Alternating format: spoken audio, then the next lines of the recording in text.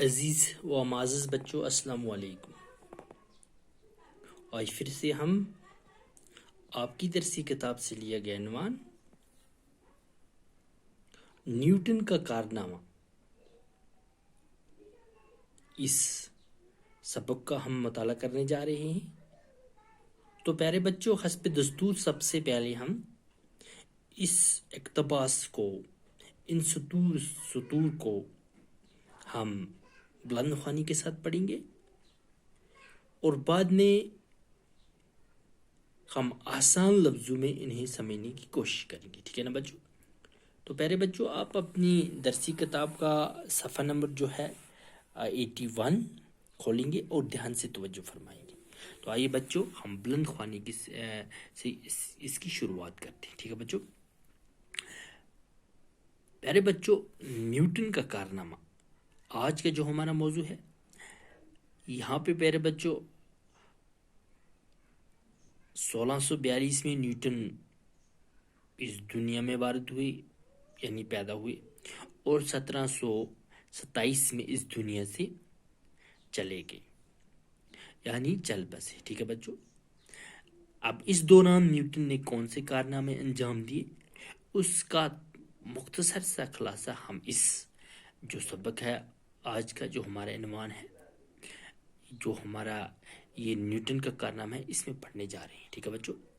تو آئیے بچوں، اس کی شروعات کرتے ہیں۔ درختوں سے پھل گرتے کس نے نہیں دیکھے، مگر جب سیب کا ایک ٹکڑا نیوٹن کے سر پر پڑا تو انسانی علم اور فکر کی تاریخ کا ایک نیا باب کھل گیا، کیونکہ اس واقعے سے سائنسدان نے کشش شکل کے وہ اصول اخذ کیے جنہوں نے آج کل کی سائنس، یہاں پہ تھوڑا بچوں دھیان سے، آج کل کی سائنس کے سارے خد و خال کی تربیت کی، ٹھیک ہے بچوں؟ تو بچوں، اب ہم اس کو آسان لفظوں میں سمجھنے کی کوشش کرتے ہیں۔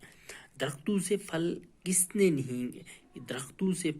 گرتے کس نے نہیں دیکھے، یعنی جو ہمارے درخت ہیں، چاہے وہ سیب کا درخت ہو، اخروٹ کا درخت ہو، یا کوئی اور درخت، کسی بھی پھل کا درخت ہو، ہم نے اکثر درختوں پہ پھل گرتے ہوئے دیکھے ہیں۔ تو بچوں، آپ نے اکثر دیکھا ہوگا کہ جو بھی پھل، چاہے وہ اخروٹ ہو، چاہے وہ سیب ہو، تو وہ زمین پہ گرتا ہے، اوپر نہیں جاتا، یعنی درختوں سے پھل گرتے کس نے نہیں دیکھے؟ آج تک ہم سب نے یہ پھل گرتے ہوئے دیکھے ہیں، ٹھیک ہے نا بچوں؟ مگر جب سیب کا ایک ٹکڑا نیوٹن کے سر پر پڑا، لیکن بچوں جب اسی درخت سے، انہی درختوں میں سے، یعنی سیب کے درخت سے ایک سیب نیوٹن کے سر پہ پڑا، یعنی گرا، سیب کے درخت سے ایک سیب گرا، کہاں پہ؟ نیوٹن کے سر پہ، تو انسانی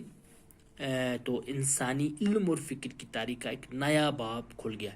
تو وہاں سے انسانی علم اور فکر، یعنی غور و فکر کا دور وہاں سے شروع ہوا، وہیں سے غور و فکر کی تاریخ شروع ہوئی، ایک نیا دور شروع ہوا، اور انسان جو ہے، خاص کر جو نیوٹن ہے، اس غور میں، اس فکر میں، اس سوچ میں، اس الجھن میں پڑ گئے کہ اکثر یہ ماجرا کیا ہے کہ یہ سیب جو ہے، یہ گرا تو نیچے کیوں گرا، اوپر کیوں نہیں گیا، ٹھیک ہے نا بچوں؟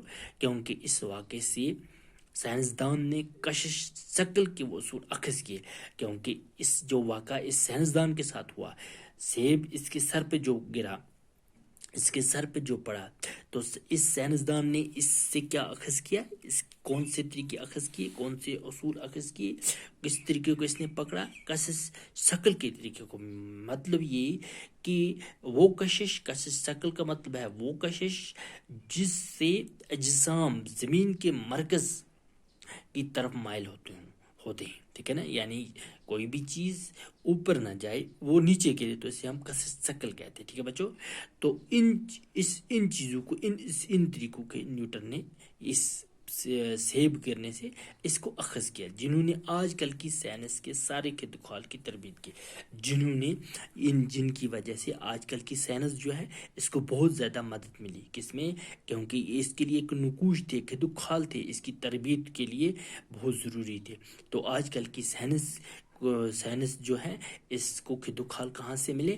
انہی اصولوں سے، انہی کشش شکل سے، انہی طریقوں سے اس کو اصول ملے. تو بچوں کل ہم اس کا دوسرا جو اقتباس ہے اس کو بھی سمجھنے کی کوشش کریں گے. ٹھیک ہے نا بچوں؟